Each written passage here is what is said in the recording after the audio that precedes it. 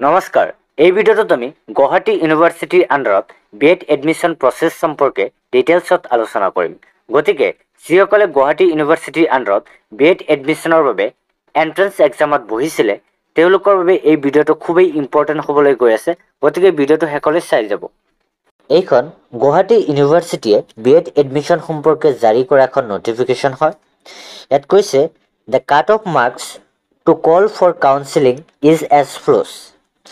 Number 1, for unreserved category 80 marks, for reserved category 60। অৰ্থাৎ আপুনি যদি জেনেৰেল কেটেগৰী হয় আৰু 80 মাৰ্কছ পাইছে তেতিয়া আপোনালোকে বিএড এডমিশ্যনৰ কাউন্সেলিঙৰ কাৰণে এপ্লাই কৰিব পাৰিব। আৰু নতুবা আপুনি যদি ৰিজাৰ্ভ কেটেগৰী SC ST বা OBC MOBCৰ হয় আৰু 60 মাৰ্কছ পাইছে তেতিয়াও আপোনালোকে বিএড এডমিশ্যনৰ কাউন্সেলিঙৰ কাৰণে এপ্লাই কৰিব পাৰিব।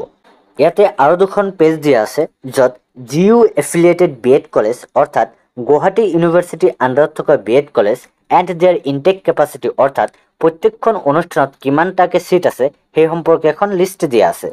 আমি যদি লিষ্টখন চাওঁ তেতিয়া দেখিম যে গুৱাহাটী ইউনিভাৰ্চিটিৰ আণ্ডাৰত মুঠ 38টা কলেজ আছে অৰ্থাৎ বিএড কলেজ আছে।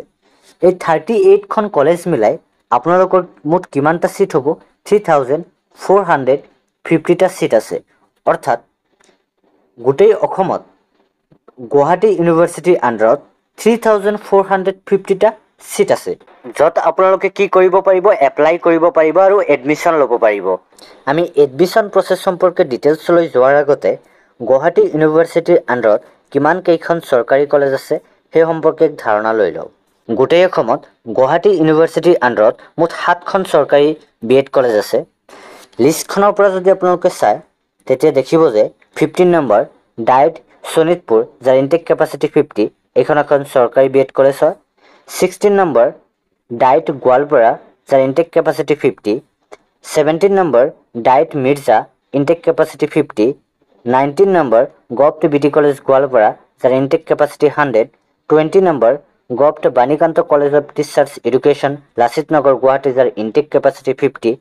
তাৰপিছত govt college of teachers education CTE Tezpur Sonitpur district যাৰ intake capacity 100। 22 number govt Sikshan Mahavidyalaya Nagaon district যাৰ ইনটেক কেপাচিটি 50। মূলতে এই 7খন কি আছে অসমত চৰকাৰী বিএড কলেজ আছে য'ত আপোনালোকে কি কৰিব পাৰিব এডমিশ্যন ল'ব পাৰিব।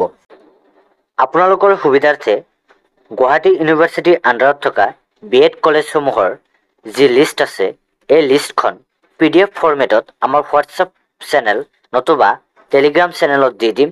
লিংক ডিছক্ৰিপশ্যনত থাকিব, তাৰ পৰা আপোনালোকে ডাউনলোড কৰি ল'ব পাৰিব। এতিয়া আপোনালোকে গুৱাহাটী ইউনিভাৰ্চিটিৰ আণ্ডাৰত থকা চৰকাৰী বিএড কলেজসমূহৰ লগতে GU এফিলিয়েটেড বিএড কলেজসমূহত কেনেকৈ এডমিশ্যন ল'ব তাৰ এডমিশ্যন প্ৰচেছনো কেনেকৈ আপোনালোকে সেই কলেজসমূহত আবেদন কৰিব আৰু এডমিশ্যনৰ সময়ত আপোনালোকে কি কি ডকুমেণ্টছ লগত লৈ যাব লাগিব। এতিয়া আমি কাউন্সেলিং প্ৰচেছ সম্পৰ্কে ডিটেইলছত জানি লোৱা হওক। আপোনালোকৰ কাউন্সেলিংটো কি হ'ব counselling is conducted by individual college not centrally by university. অৰ্থাৎ আপোনালোকৰ যি কাউন্সেলিং হ'ব সেই কাউন্সেলিংটো কলেজ ৱাইজ হ'ব। তাৰপিছত 2 নম্বৰ পইণ্টত কি কৈছে college will invite students based on their GU final merit list. অৰ্থাৎ আপোনালোকৰ যি মেৰিট লিষ্টত ৰেংক আৰু মাৰ্ক আছে সেই মাৰ্ক বেচিছত কি হ'ব কলেজসমূহে আপোনালোকক এডমিশ্যন দিব। 3য় পইণ্টত কৈছে you need to apply to the college of your choice and submit your documents for verification.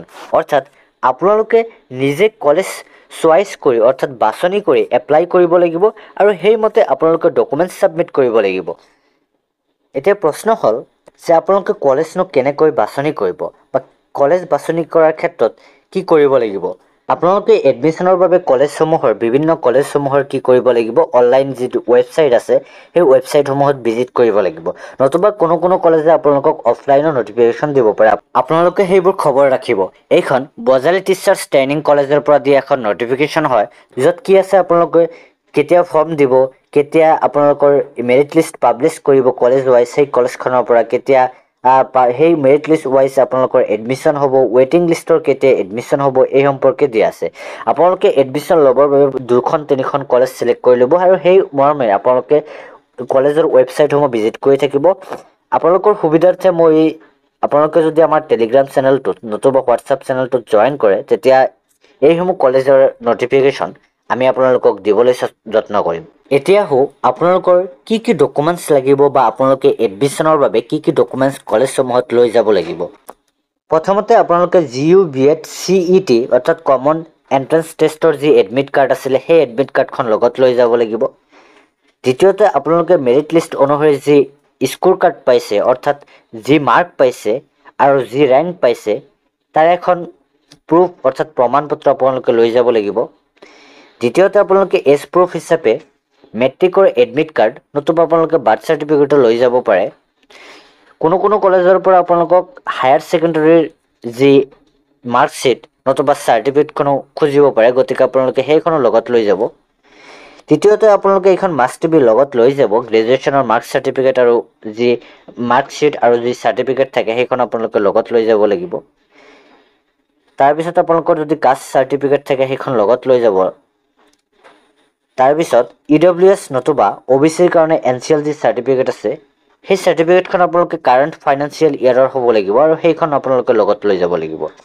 আৰু আপোনালোকে কি কৰিব লাগিব, নিজৰ পাছপোৰ্ট চাইজ ফটোবোৰ লগত লৈ যাব লাগিব।